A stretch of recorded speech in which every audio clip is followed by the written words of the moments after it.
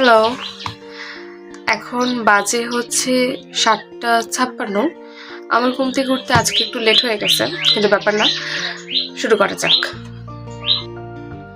আজকে হচ্ছে backlog fill up করার সেকেন্ড ডে। সেকেন্ড ডেতে আজকে বিশাল কিছু বড় বড় অধ্যায় হাতে নেওয়া পড়ছে, যেমন ধরো যে অণুজীব আর হচ্ছে তাপগতিবিদ্যা।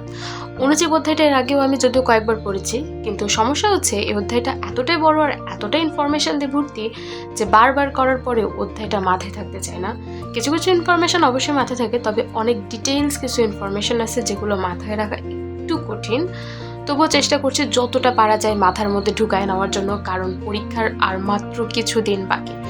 প্রবাবলি এখন তোমরা আমাকে জিজ্ঞেস করতে পারো যে পরীক্ষার এই কয়দিন বাকি, তাহলে ভিডিও বানায় লাভ কি? যে কোশ্চেনটা আমি কালকে থেকে এত কয়েকবার পাইছি, আসলে কোনো লাভ নাই, কারণ লাভ ক্ষতি দিয়ে তো আর দুনিয়া চলে না। লাভ ক্ষতি দিয়ে আসলে আমিও চলতে পারবো না। এটা আসলে কিছুই না, নর্মাল একটা জিনিস। ইভেন সারাদিন মিলায় হয়তো আমার থেকে 3 থেকে 4 মিনিটের ক্লিপ শুধুমাত্র থাকে ফোনে। সো এটা ভাবার কোনো কারণ নেই যে এটার জন্য পড়াশোনা। 11টা 40 বাজে, কি বিশাল একটা চ্যাপ্টার। যাই হোক, তবুও ভালো যে একটা চ্যাপ্টার শেষ হলো, এটা ভেবেই শান্তি লাগতেছে। আমি মেইনলি ওয়েবসাইটে এক্সাম দেই না, তার একটা কারণ হচ্ছে যে অধ্যায়গুলোর সাথে আরেকটা অধ্যায় অ্যাড করা আছে।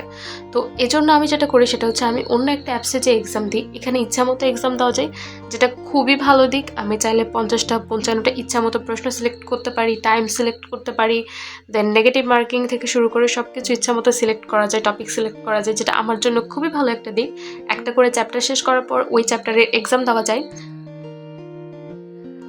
এক্সাম শেষ করার পরে এখানে হচ্ছে তাপগতিবিদ্যা করা শুরু করে দিছি। তাপগতিবিদ্যা একটা বিশাল চ্যাপ্টার লাগে আমার কাছে।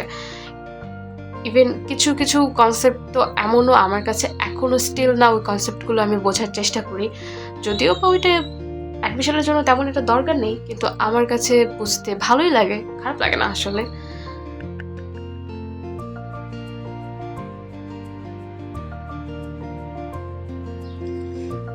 সময় এখন হচ্ছে 4টা 19।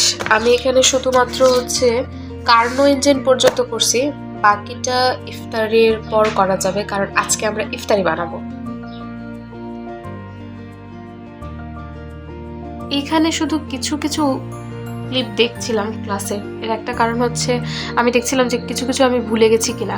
ক্লাসের স্লাইড আসলে সব কিছুই মানে কোশ্চেন ব্যাংকেরই স্লাইড থাকে, ওইটা নতুন করে কিচ্ছু থাকে না, দু একটা হয়তো বা নতুন কোনো স্লাইড থাকে, এর বাইরে কিছুই থাকে না। এরপরে এখানে হচ্ছে আমি একবারে ইফতার করে পড়তে বসছি 8টা 10-এর দিকে। এটা ইফতারের পরে আমার যে জিনিসটা সবচেয়ে বেশি পছন্দ সেটা হচ্ছে মিষ্টি কোনো খাবার। আমি জানি না এটা তোমাদের সাথে হয় কিনা, বাট আমার মিষ্টি কোনো খাবার খেতে খুবই পছন্দ হয়, বিশেষ করে ইফতারের পরে, আর 1 কাপ চা। তো এই দুইটা জিনিস নিয়ে মেইনলি আমি পড়তে বসছি। পড়তে অবশ্য খুবই ক্লান্ত লাগতেছিল, কিন্তু যে করেই হোক এই চ্যাপ্টারটা পুরোটা শেষ করতে হবে, কারণ এই চ্যাপ্টারটা কালকের জন্য ফেলে রাখা একদমই যাবে না। আমি ঠিক করছি কালকে একটা রিভিশন ডে চালাবো। এই পর্যন্ত যে কয়টা অধ্যায় পড়ছি সে কয়টা পুরোটা হবে না, বাট অর্ধেক কিছু অধ্যায় রিভিশন করব।